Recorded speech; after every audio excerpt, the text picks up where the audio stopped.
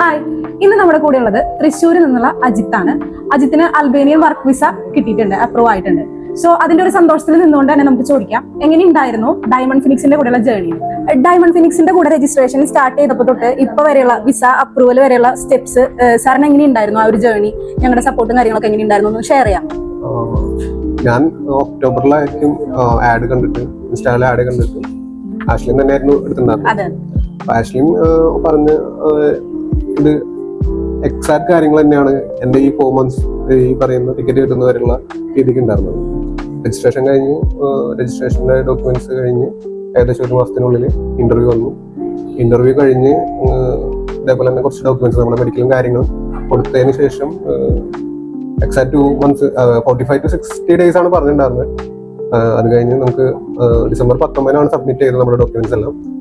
എനിക്ക് ഫെബ്രുവരി 18 തന്നെ നമുക്ക് വിസ വന്നു. അതിനുശേഷം 10 ദിവസം എന്നാണ് പറഞ്ഞത്, പക്ഷെ അതിന് മുമ്പ് തന്നെ എനിക്ക് ടിക്കറ്റും വന്നു. 27 പുലർച്ചെയാണ് എൻ്റെ ടിക്കറ്റ്. എല്ലാ കാര്യങ്ങൾക്കും നല്ല സപ്പോർട്ടീവ് ആയിരുന്നു. ഈവൻ ഇന്റർവ്യൂവിന് വേണ്ടിയിട്ടാണെങ്കിലും നമുക്ക് വേണ്ടിയിട്ടുള്ള ക്വസ്റ്റ്യൻസ് ആണെങ്കിലും ഒക്കെ നമുക്ക് ആദ്യമേ തന്നെ തരികയുണ്ടായിരുന്നു. പിന്നെ എല്ലാ കാര്യത്തിലും അവർ പറഞ്ഞ കാര്യങ്ങളെല്ലാം കൃത്യമായിരുന്നു, ക്ലാരിറ്റി ഉണ്ടായിരുന്നു. അസിസ്റ്റൻസിനാണെങ്കിലും അവരൊരു നല്ല രീതിക്കാണ് സപ്പോർട്ട് തന്നിട്ടുണ്ടായിരുന്നത്. എനിക്ക് 100% സാറ്റിസ്ഫാക്ഷൻ കിട്ടി ഇതിൽ. അത് ഫസ്റ്റ് പോയിന്റ് തൊട്ട് ഇതുവരെ അങ്ങനെ തന്നെയാണ്. ഫസ്റ്റ് ഞാൻ വിളിക്കുന്ന തൊട്ട് തന്നെ ഒരു കാര്യങ്ങൾ പറഞ്ഞു, അതുപോലെ തന്നെ ഏകദേശം എല്ലാ കാര്യങ്ങളും കൃത്യമായിട്ട് തന്നെയാണ് നടന്നത്. അതുകൊണ്ട് തന്നെ ഞാൻ നല്ല സാറ്റിസ്ഫൈഡ് ആണ്. എംപ്ലോയറുടെ സൈഡിൽ നിന്നുള്ള ഒരു ഇന്റർവ്യൂ കാര്യങ്ങൾ ഉണ്ടായിരുന്നല്ലോ, അതിനെ കുറിച്ച് പല ആൾക്കാർക്കും എൻക്വയറി ചെയ്യുന്നവർക്കൊക്കെ ഒരു ഡൗട്ടോ കാര്യങ്ങൾ ഉണ്ടായിരിക്കാം. ഡയറക്റ്റ് എംപ്ലോയർ സൈഡിൽ നിന്നാണോ ഇന്റർവ്യൂ, അതോ നമ്മൾ വെറുതെ ഒരു ജോബ് കോൺട്രാക്ട് അങ്ങനെ എടുത്ത് കൊടുക്കാണോ? അതിനെ കുറിച്ച് ഒന്ന് എക്സ്പ്ലെയിൻ ചെയ്യാമോ? സാറിന്റെ എക്സ്പീരിയൻസ് എന്തായിരുന്നു? അതായത് നമുക്ക് എന്താ വെച്ചാൽ ഇന്റർവ്യൂവിന് ഒരു 2-3 ദിവസം മുമ്പ് പ്രിപ്പയർ ചെയ്യാൻ, അതായത് ടെക്നിക്കൽ അല്ലാത്ത എല്ലാ ക്വസ്റ്റ്യൻസും നമുക്ക് ഡയമണ്ട് ഫിനിക്സിന് കിട്ടിയിട്ടുണ്ടായിരുന്നു. പിന്നെ ടെക്നിക്കൽ സൈഡ് അത് അവരവരുടെ കാര്യങ്ങളാണ്, അത് നമ്മൾ നോക്കി ചെയ്തിട്ടുണ്ടായിരുന്നു. ആദ്യം നമുക്ക് ഒരു ഡിസംബർ 6 ഒരു ഉച്ചയ്ക്ക് ആയിരുന്നു ഇന്ത്യയിൽ നിന്നുള്ള ഇന്റർവ്യൂ, ഒരു പ്രീ ഇന്റർവ്യൂ എന്ന് തന്നെ പറയാം. അതില് അന്ന് തന്നെ അവർ പറഞ്ഞത് 24 hours ആണ് അതിനുള്ളിൽ വിളിക്കുമെന്നാണ് പറഞ്ഞത്. പക്ഷെ അന്ന് നൈറ്റ് തന്നെ എനിക്കൊരു 8:30 ഇന്ത്യൻ സമയം 8:30 എംപ്ലോയറുടെ സൈഡിൽ നിന്ന് നമുക്ക് ഇന്റർവ്യൂ ഉണ്ടായിരുന്നു.